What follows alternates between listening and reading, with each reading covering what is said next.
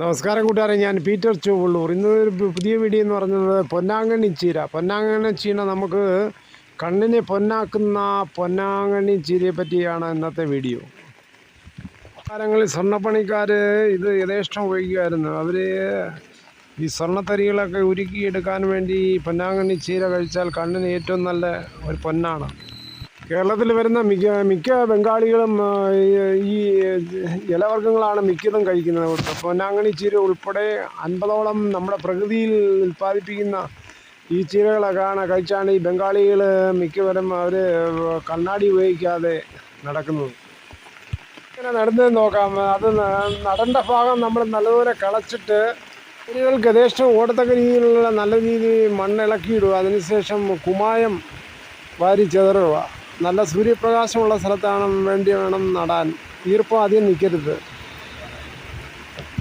കുമ്മായം ഇടുന്നത് മണ്ണിൻ്റെ പുളിരസം മാറ്റാൻ വേണ്ടിയാണ് കുമ്മായം ഉപയോഗിക്കുന്നത്. അതിന് 15 ദിവസം ശേഷം കാലിവളം ഉണങ്ങിയത് വാരിയിട്ടിട്ട് മണ്ണുമായിട്ട് നല്ലപോലെ ചെക്കിയിട്ടിട്ട് ഈ പൊന്നാങ്കണ്ണി ചീര നടുക. അതിനുശേഷം വേനൽക്കാലമാണെങ്കിൽ വെള്ളം കോരണം വൈകിട്ടൊക്കെ. അത് നല്ല വെയിലാണെങ്കിൽ മേളിൽ ഇച്ചിരി മറയിടുന്നത് നല്ലതാണ്. ഗ്രീൻ നെറ്റൊക്കെ കിട്ടാൻ വാങ്ങിക്കാൻ കിട്ടില്ല, അത് ഇടുന്നത് നല്ലതാണ്. അല്ലെങ്കിൽ ഇത് ചീര പൊന്നുപോലെ അത് ഉണങ്ങിപ്പോവും. ഇങ്ങനെ കിളിച്ച് വരുന്ന 1 മാസം ആകുമ്പോഴത്തേക്ക് നല്ല കിളിയിലാവും. അത് നമുക്ക് തോരൻ വെക്കാൻ പാകമാവും. ആ ചീര നമ്മൾ ഇലയെല്ലാം കൂടെ എടുത്തതിന് ശേഷം വീണ്ടും ആ തണ്ട് അതിനടുത്ത് തന്നെ ചുറ്റുമായിട്ടൊക്കെ നട്ടാൽ വീണ്ടും അത് പൊട്ടിക്കിളിച്ച് അങ്ങനെ വരും. പിന്നെ പൊട്ടിക്കിളിച്ച് വരുമ്പോൾ വീണ്ടും നമുക്കത് ഒടിച്ച് അതിൻ്റെ ഇലയൊക്കെ എടുത്ത് ആ ഒടിയിൽ നമുക്ക് വീണ്ടും നടുകയും ചെയ്യാം. നല്ലപോലെ കിളിച്ച് വരികയും അങ്ങനെ പടർന്ന് പന്തലിക്കുകയും ചെയ്യാം.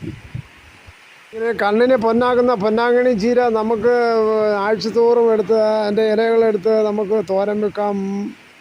നല്ല രീതിയിൽ നമുക്ക് ടേസ്റ്റായിട്ട് കഴിക്കുകയും ചെയ്യാം. മറ്റ് കടകളിൽ നിന്നൊക്കെ മേടിച്ച് വരുമ്പോൾ അത് സ്പ്രേ അടിച്ച കടകളിൽ നിന്ന് മേടിക്കുമ്പോൾ അതിനെ ടേസ്റ്റ് കുറയും. നമുക്ക് വേറെ അന്യരോഗങ്ങൾ പിടിക്കുകയും ചെയ്യും. ഇപ്പോൾ എനിക്ക് കിട്ടിയ ഈ പൊന്നാങ്കണ്ണി 6 മാസത്തിന് മുമ്പ് ഞാൻ കൊറിയർ വഴി വാങ്ങിച്ച് നട്ടതാണ്. അന്ന് ഒരു പാക്കറ്റിന് ചെറിയ പാക്കറ്റ് 110 രൂപയായിരുന്നു വില. ഇനി അയലത്തൊക്കെ ഉള്ളവർക്ക് അവർക്കൊക്കെ കൊടുക്കും ഞാൻ ഫ്രീ ആയിട്ട്. വേണമെന്നവർ എന്നെ കോണ്ടാക്ട് ചെയ്താൽ ഞാൻ ഫ്രീ ആയിട്ട് കട്ട് ചെയ്ത് തരാവുന്നതാണ്.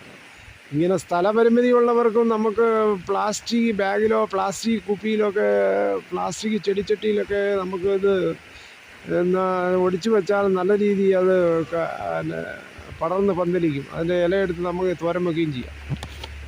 മടി പിടിച്ചിരിക്കാതെ ഓരോ വീട്ടിലും ഓരോ മൂടെങ്കിലും പൊന്നാങ്കണ്ണി ചീര നട്ടുപിടിപ്പിച്ച് നമുക്ക് ആഴ്ചതോറും നമ്മുടെ കുട്ടികൾക്കായാലും തോരൻ വെച്ച് കൊടുക്കാം.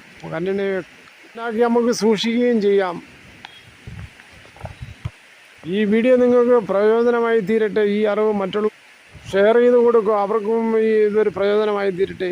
ഈ വീഡിയോ ഇതിവിടെ പൂർണ്ണമാകുന്നു. കണ്ടതിൽ വളരെയധികം നന്ദി.